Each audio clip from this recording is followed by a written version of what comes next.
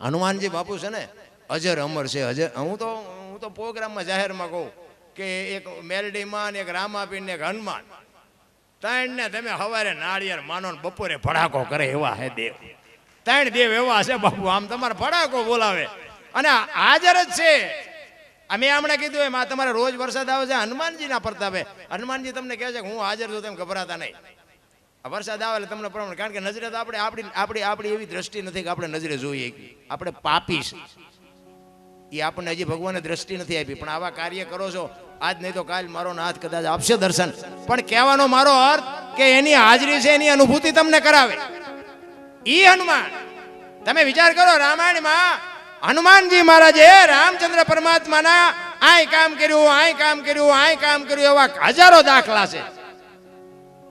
પણ આય મેં આટલું કામ કર્યું એનો મને આટલો બદલો આપો, રામ પાસે માગ્યો એવો દાખલો બાપુ આખી રામાયણમાં નથી. જો આનું નામ બાપુ ભક્તિ કહેવાય, આનું નામ સેવકાઈ કહેવાય. રાજા થવું હોય તો રામ જેવું, બાપ થવું હોય તો દશરથ જેવું, ભાઈ થવું હોય તો ભરત જેવું, દીકરી થવું હોય તો સીતાજી જેવું, માં થવું હોય તો તારામતી જેવું, ભક્ત થવું હોય તો વિભીક્ષણ જેવું, સેવક થવું હોય તો હનુમાનજી જેવું, દુશ્મન થવું હોય તો રાવણ જેવું, એવા પાત્ર રામાયણમાં પડ્યા છે. જો ભાઈ બાપુ તમે વિચાર કરો, રામચંદ્ર પરમાત્માની 14 વર્ષ સેવા કરવા વાળો લક્ષ્મણ, પણ સંતોએ ના પાડી દીધી ભાઈ તો ભરત જેવા હોવા જો, લક્ષ્મણ નો હાલે. જો રામાયણ છે ને ઊંડા ઉતરવાની જરૂર છે. રામાયણ તો બાપુ એવો ગ્રંથ છે ને એની વાત જ નથી થાય. હું તો એમ કહું છું કે વાંચતા ન આવડે તો કઈ નહીં, વાંચતા આવડે ને વાંચો નહીં તો કઈ નહીં, પણ ઘરમાં રાખો. એક નાનું મોટું રામાયણનું એક પુસ્તક ઘરમાં રાખો, વાંચો નહીં તો કઈ નહીં. મહાપુરુષોએ કીધું કે ભરત ભાઈ તો ભરત જેવા હોવો જોઈએ, લક્ષ્મણ નો હાલે. એનો એક દાખલો રામચંદ્ર પરમાત્મા અને 14 વર્ષ, વાત લાંબી છે ટૂંકામાં કહું, 14 વર્ષ પૂરા કરીને આવ્યા ને પછી રામ અને લક્ષ્મણ બે બેઠા હતા અને રામે લક્ષ્મણને પૂછ્યું કે લક્ષ્મણ આપણે આવ્યા તેદુનો તારા મોઢા ઉપર કઈક મને ચિંતા હોય એવું લાગે. તો કે ના મને ના એવું કઈ છે નહીં. કે ના લક્ષ્મણ તું કે શું છે? ત્યારે લક્ષ્મણ કહે છે કે મોટા ભાઈ આપણા બેયના પિતા ગુરુ દશરથ મહારાજ, તો કે હા. આપણા ગુરુ બેયના વશિષ્ઠ મહારાજ, તો કે હા. તો કે તમારી અને મારી માની ભક્તિમાં કોઈ કમી ખરી? કે ના, બે માની ભક્તિ હોય. પણ આવું હું કામ પૂછસ? ઈ કે મેં 14 વર્ષમાં તમારી સેવા કરવામાં ક્યાંય ભૂલ કરેલી? કે ના.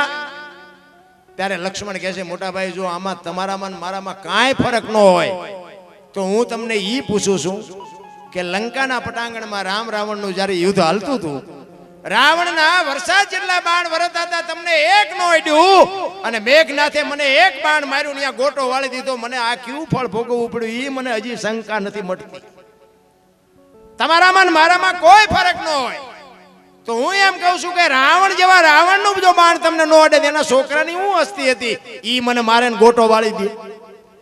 રામચંદ્ર પરમાત્મા કે હારું કર્યું આ ત્યાં મને પૂછ્યું, નકર આ તું જીવતતા હોતી મૂંઝવત.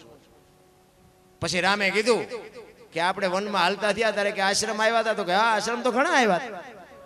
તો કે સબરીનો આશ્રમ આવ્યો હતી તને ખબર છે? તો કે હા. છાડવાના પાંદડાની પ્રકૃતિ તમારું ભજન કરતી હતી. મેં કીધું મોટા ભાઈ કયો મલક આવ્યો? તમે કીધું કે એક ભીલની બાઈ મારા નામના જાપ કરે છે, મને ખાસ ખબર છે. એ કે આપણા માટે આગતા સ્વાગતા કરી હતી? કે હા. બેસવા માટે ચાદડી પાથરી દીધી હતી, આસો પાલવના તોરણ બાંધ્યા હતા, આંગણું વાળેલું હતું. તો કે જમવાની વ્યવસ્થા કરી હતી? કે હા બાપ મોટા ભાઈ. જંગલમાંથી બોર લઈ આવી? એ કે મેં ખાધા હતા? કે હા મોટા ભાઈ તમે તો ઠળિયા હોતા ખાઈ ગયા. લક્ષ્મણ ત્યાં ખાધા હતા? ત્યાં લક્ષ્મણ બાપુ હબાકો આવી ગયો. લક્ષ્મણ ઘરે તારી ભલી થાય તારી, 14 વર્ષમાં અહીંયા ભૂલ કરી ગયો. કે તેથી રામચંદ્ર પરમાત્મા લક્ષ્મણને કહે છે લક્ષ્મણ સુમિત્રાને મૂકી અને સીતાને માં કહેતો હોય, દશરથને મૂકી અને મને બાપ કહેતો હોય, અયોધ્યા જેવું રાજ મૂકીને મારી ભેગો 14 વર્ષ રખડવા આવ્યો હોય તો હું તને ઈ પૂછું છું ભીલડીના હેઠા બોર ખાવામાં મને વાંધો નહોતો ને તને હું ઘા વાગ્યા તેથી લાકડી પડે એમ પડ્યો હો પગમાં અને બાવડું ચાલીને બેઠો કર્યો. ઈ કે ઉભો રે તું બચ્યો ને, એ સબરીની ભક્તિનો પ્રતાપ છે. કે મોટા ભાઈ ઈ કેવી રીતે? મેં તને જે ફળ આપ્યા એ તારી પાસે રાખ્યા હતા? ઈ કે ના મેં તો ફેંકી દીધા હતા. ઈ તે જે ફળને ફેંક્યા ને પક્ષીઓ લઈ જઈને દ્રોણાચલ પર્વત ઉપર જઈને ખાતા હતા. એની ચાંચમાંથી બિયારણ વેરાણું હતું અને સુસેન નામના વૈદ્ય કીધું હતું દ્રોણાચલ પર્વત ઉપરથી સંજીવની લઈ આવીને આના મોઢામાં ટીપા પાડો તો બચે. ઈ સબરીની ભક્તિનો પ્રતાપ છે બાપુ. સંતોએ ના પાડી દીધી ભાઈમાં તો ભરત જ હાલે, લક્ષ્મણ નો હાલે. આપણે હાલવી એકમાં એક ભૂલ કરીને કીધું મહાપુરુષોએ કે નો હાલે, આપણે શીમાં હાલવી? શીમાય નહીં, રોટલા ખાવામાં.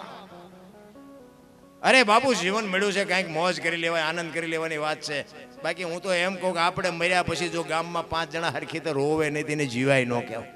જીવન એવું જીવાય, આપણી નાતનો ન હોય, આપણો હગો ન હોય, આપણા ગામનો ન હોય, પણ ખબર પડે કે ફલાણો ભાઈ વિયો ગયો, તેથી આપણા હૃદયમાં હબાકો આવે, કરે માણા જેવો માણા વિયો ગયો. એટલે કાગ બાપુને લખવું પડે, મીઠપ ભરેલા માનવી જેથી જગ છોડીને જાય, કાગા એની કાણ્યું ઘરે ઘરે મંડાય. બાપુ, હારા માણા મીટર મૂકીને નથી નક્કી થતું કે હારા માણા છે.